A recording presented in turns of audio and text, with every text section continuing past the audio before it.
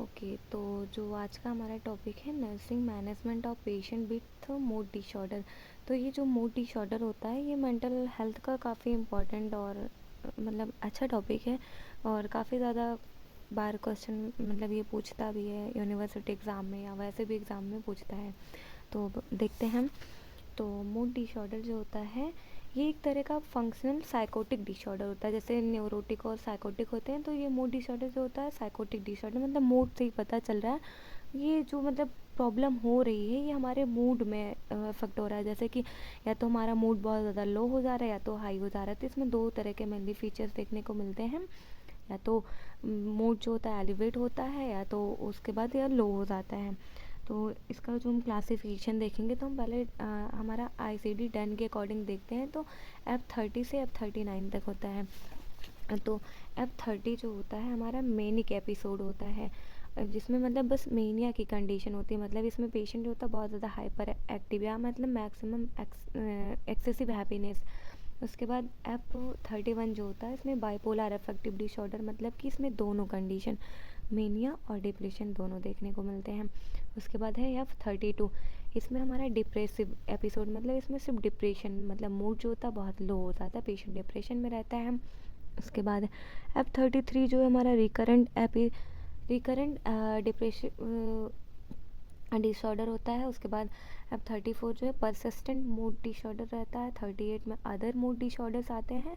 39 में unspecified mood disorders होते हैं।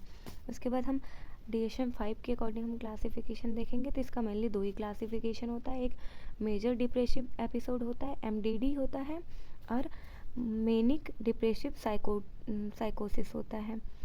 और उसके बाद हम ICD-11 के अकॉर्डिंग देखेंगे इसका क्लासिफिकेशन तो दो होता है।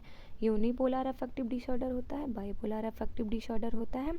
जो बाइपोलर होता है ये एपिसोडिक डिसऑर्डर, मतलब ये एपिसोड में रहता है। जैसे मेनिया का एपिसोड हो, फिर डिप्रेशन का है, हाइपोमेनिया का, ऐसे। फिर इसको फर्दर क्लासीफाई किया गया BAD फर्स्ट में और BAD सेकंड में।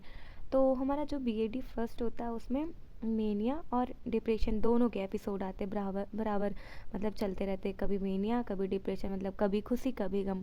उसके बाद BAD सेकंड जो है हमारा episode of hypomania and depression, मतलब इसमें हमारा मूड जो था माइल्डली एलिवेट रहता है और डिप्रेशन का एपिसोड होता है। उसके बाद जो हमारा यूनिपोलर अफेक्टिव डिसऑर्डर जो होते हैं इसमें हम डिप्रेशन ही मेनली होता है। तो इसका एक ट्रायड बनाते हैं, जैसे कि मतलब इसमें मूड जो होता है लो रहेगा, एनर्जी लो रहेगी और इंटरेस्ट उसका लो होगा, मतलब या lack of interest, loss of pleasure कुछ भी कह सकते हैं हम। इसमें हम एनेडोनिया बोलते हैं इसको। उसके बाद टाइप्स देखेंगे जो कि बहुत ज़्यादा इंपॉर्टेंट है, काफ़ी टाइम पूछा जाता है जो भी मतलब मेनिया और डिप्रेशन का टाइप्स क्या क्या है। तो माइल्ड डिप्रेशन होता है, मॉडरेट डिप्रेशन होता है, मेजर डिप्रेशन होता है। समटाइम्स क्या होता है लोग वहाँ पे सीवियर डिप्रेशन लिख देते हैं, बट डिप्रेशन जो होता है सीवियर नहीं होता, मेजर होता है, ये हमें ध्यान रखना है। और उसके बाद depression without psychotic symptoms, major depression with psychotic symptoms, unspecified depression, recurrent depression, double depression, seasonal depression, single depressive episodes, postpartum depression after child birth होता है। उसके बाद एटिपिकल डिप्रेशन और न्यूरोलेप्टिक डिप्रेशन। उसके बाद हम इसकी एटियोलॉजी देखते हैं। तो सबसे बड़ा एटियोलॉजी या रिस्क फैक्टर भी एक तरह से हो सकता है ये। तो पहला हमारा है एज ग्रुप 30 से 40 ईयर, मतलब ये होता है कि इस टाइम में लोगों को जॉब की टेंशन, फैमिली इशूज़, मतलब बहुत सारी ऐसी कंडीशंस होती हैं जिसकी वजह से जो पर्सन होता है वो डिप्रेशन का शिकार हो जाता है। उसके बाद सेक्स रेशियो है, इसमें जो फीमेल होते हैं उनमें ज़्यादा देखने को मिलते हैं क्योंकि उनमें postpartum depression, blue baby syndrome ये सब होते हैं। उसके बाद 1:2 है, मतलब फीमेल में ज़्यादा है एज़ कंपेरिजन टू मेल। उसके बाद सोशियो इकोनॉमिक स्टेटस है, मतलब कि बहुत ज़्यादा हाई सोसाइटी के लोग हैं या बहुत लो मिडिल क्लास के लोग हैं, तो दोनों में हमें ये कंडीशन देखने को मिलती है। IQ लेवल लो है तभी कंडीशन देखने को मिलेगी। मैरिटल स्टेटस, मतलब कि जो अनमैरिड पीपल हैं उनकी कंपैरिजन में जो मैरिज पीपल है उनमें ज़्यादा देखने को मिलता है डिप्रेशन, क्योंकि मतलब डाइवोर्स हो गया, ब्रेकअप हो गया, ये सबको देखकर काफ़ी देखने को मिलता है इन सब की वजह से। उसके बाद न्यूरो ट्रांसमीटर इम्बैलेंस, मतलब जो हमारा सीरोटोनिन और नॉन एपिनेफ्रिन न्यूरो ट्रांसमीटर होता है इसका इम्बैलेंस, मतलब ये अगर डिक्रीज हो जाता है तो वो डिप्रेशन की कंडीशन अराइज होती है। हमारा मूड जो होता है वो लो हो जाता है। उसके बाद हम क्लिनिकल मैनिफेस्टेशन देखेंगे, मतलब क्या क्या साइन सिम्टम्स देखने को मिलेंगे। तो सैडनेस ऑफ मूड देखने को मिलेगा, लो मूड रहेगा, लो एनर्जी रहेगी, साइकोमोटर एक्टिविटी हमारी डिक्रीज हो जाएगी, एनेडोनिया मतलब लॉस ऑफ इंटरेस्ट या प्लेजर। उसके बाद पुबर्टी ऑफ इंडिया मतलब कि काम नहीं करेंगे तो पैसे नहीं मिलेंगे, गरीबी बढ़ जाएगी धीरे धीरे। उसके बाद स्पीच डिफिशेंसी होगी, एपेटाइट डिक्रीज हो जाएगी, इंसोम्निया, प्रॉपर स्लीप साइकिल नहीं उनकी कंप्लीट होगी, वेट लॉस होगा, सुसाइडल टेंडेंसी मैक्सिमम हो जाती है डिप्रेशन में। उसके बाद एक इसमें बैक थ्रेड होता है जो कि ये है सेल्फ वर्थलेसनेस, फ्यूचर होपलेसनेस, मतलब उनको कोई होप नहीं रह जाती, उनको ऐसा लगता है वो कुछ कर नहीं पाएंगे। वर्ल्ड हेल्पलेसनेस, उनको ऐसा लगता है कि कोई है नहीं, कोई उनका है नहीं, कोई मदद नहीं करने वाला है, ऐसा वो सोचते हैं। उसके बाद हम कुछ क्लासिकल साइन देखने को मिलता है डिप्रेशन में, जैसे कि पहला है हमारा ओमेगा साइन। तो ओमेगा साइन इसमें जो हमारा फोरहेड होता है तो वहाँ पे हमें ओमेगा लाइक स्ट्रक्चर ऐसे देखने को मिलेगा कि मतलब ऐसे पेशेंट जब अपने फोरहेड को फोल्ड करेगा तो वहाँ पे ओमेगा लाइक ऐसे शाइन देखने को मिलता है। उसके बाद है यूरेगथ फोल्ड देखने को मिलता है। ये भी हमारी जो आईलिड होती है उस पर ट्रायंगुलर शेप का ऐसे अपर आईलिड पे देखने को मिलता है। ये मोस्टली तब भी होता है जब जो इंसान है प्रॉपरली वो 2-3 दिन नहीं सो रहा है सही से, तब भी ये देखने को मिलता है कभी कभी।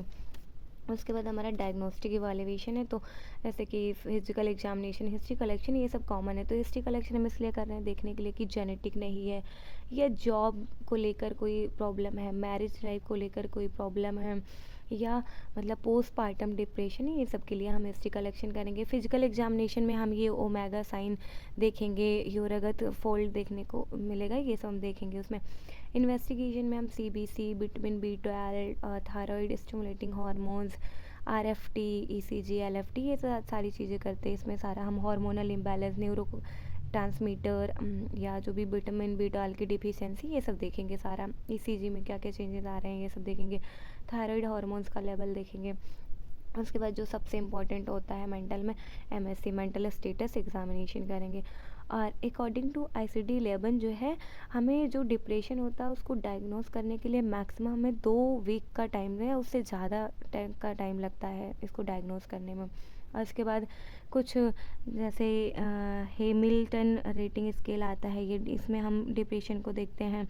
उसके बाद बैक डिप्रेशन इन्वेंट्री, ये सब मतलब ऐसे कुछ टूल्स होते हैं जिससे हम जो डिप्रेशन होता है उसकी सीवियरिटी को असेस करते हैं हम। उसके बाद इसका हम मैनेजमेंट देखेंगे। ECT जो होता है बहुत इफेक्टिव होता है उसमें डिप्रेशन के पेशेंट के लिए। और उसके बाद हम साइकोफार्मा देखेंगे। साइकोफार्माको में हम एंटी डिप्रेशन सबसे पहले देंगे, क्योंकि ये ड्रग ऑफ चॉइस होता है एंटी डिप्रेशन। उसमें हम सर्ट्रालिन देते हैं, और उसके बाद फ्लुक्सटीन देते हैं। और उसके बाद हम सेडेटिव में लोराजिपाम और क्लोनाजिपाम देते हैं।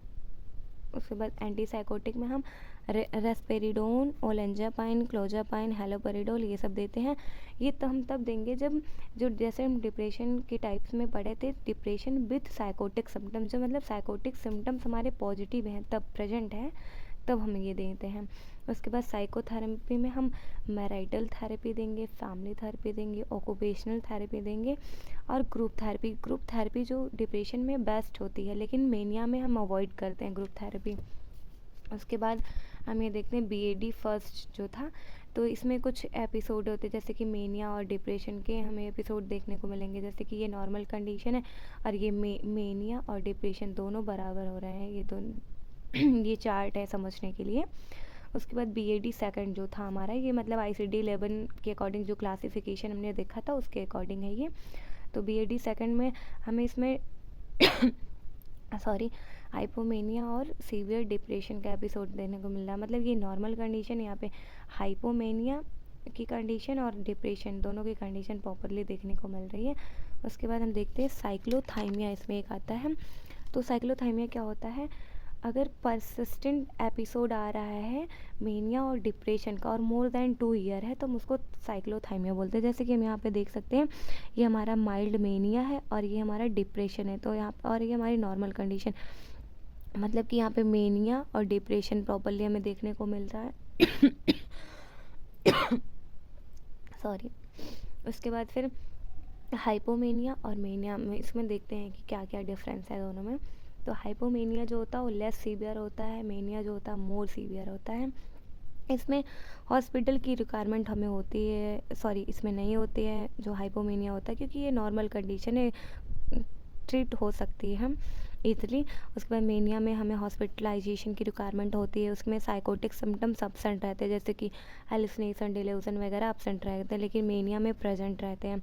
और जो हाइपोमेनिया है वो बीएडी सेकंड, मतलब बीएडी सेकंड में हाइपोमेनिया और डिप्रेशन देखने को मिल रहा था, और जो हमारा बीएडी फर्स्ट था उसमें मेनिया और डिप्रेशन देखने को मिल रहा था। हाइपोमेनिया को हम डायग्नोस करने के लिए 4 दिन की नीड होती है, मतलब मिनिमम 4 डेज़ में हम उसको डायग्नोस कर सकते हैं, बट मेनिया को मोर देन 1 वीक की नीड होती है।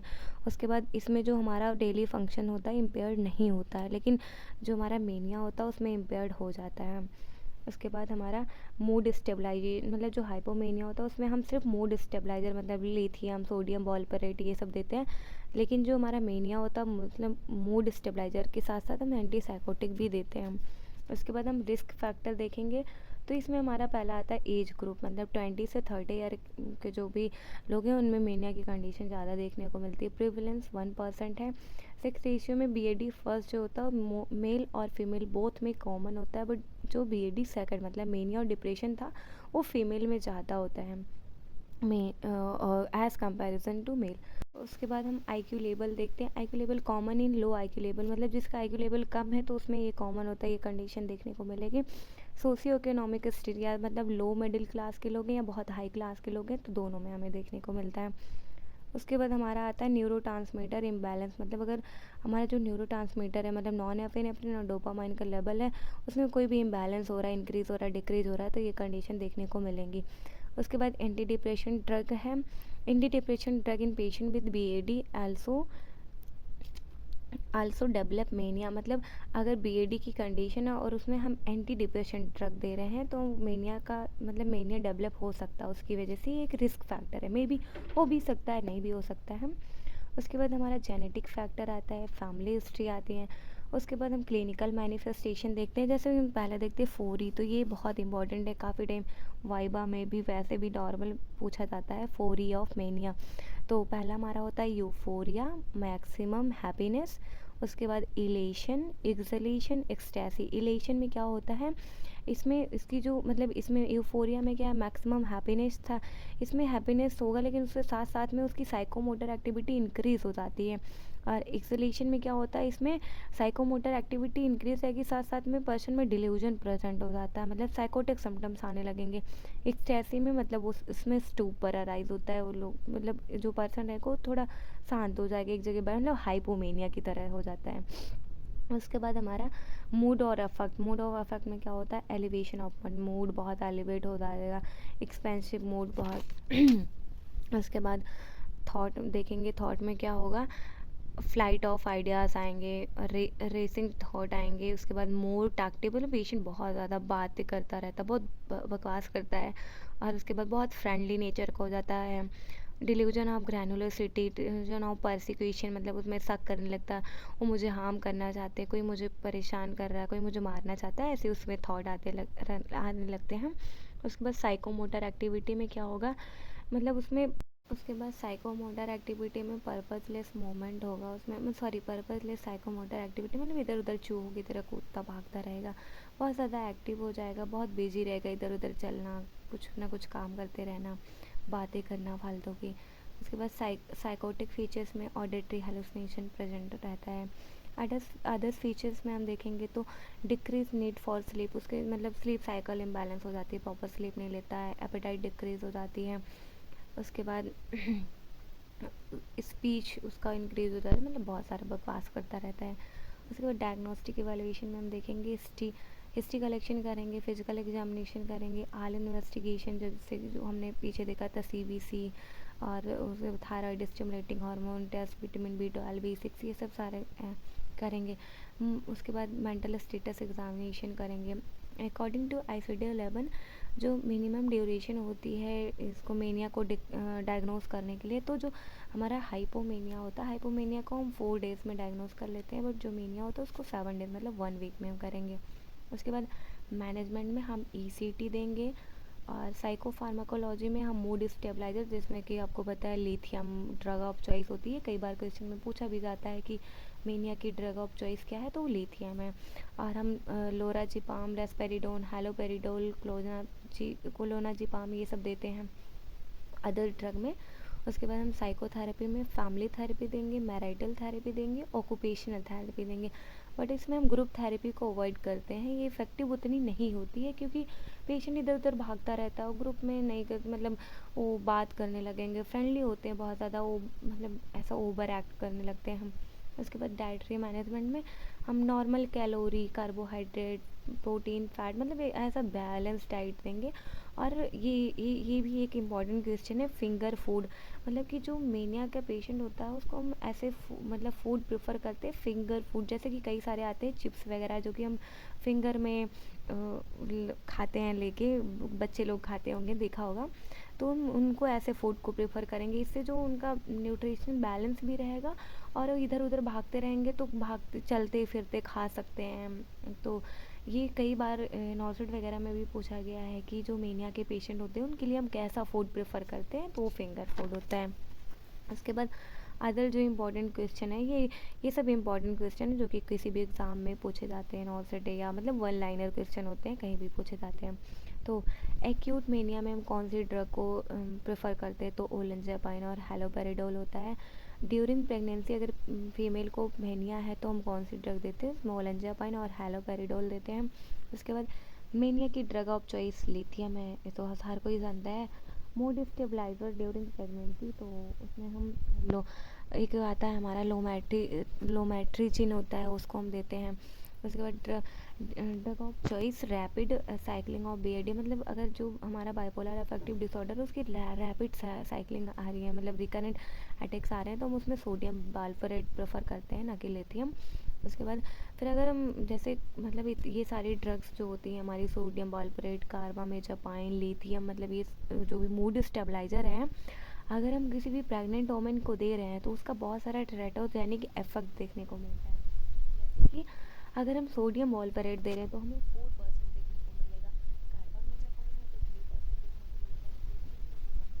3% मिलेगा। तो अभी हम एक बार रिव्यू करते हैं हमने क्या क्या देखा। तो हमने सबसे पहले देखा कि मतलब मूड डिसऑर्डर होता क्या है, फिर हम उसका क्लासिफिकेशन देखा ICD 10, 11 और DSM-5 के अकॉर्डिंग।